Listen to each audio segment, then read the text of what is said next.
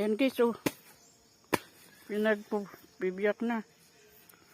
Di namin kayang dalhin yung buo, kaya himay-himayin na lang namin. Yan. Naman guys, pinagkakain ako ng langgam. Sakit. Sa katawan ko. Yan guys, oh. Yun, ang sarap to guys, oh. Hindi gaano kaayon siyang hinog. Walas bitok ni. Yan guys. Yan. Yan.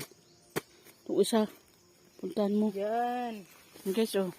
Binta natin. Yan. Para makapira. Yan guys. Pawis na pawis ako guys. Yan mo guys, oh. Ay, bagong hinog. Pawis ako. Ito guys, oh. Ano siya.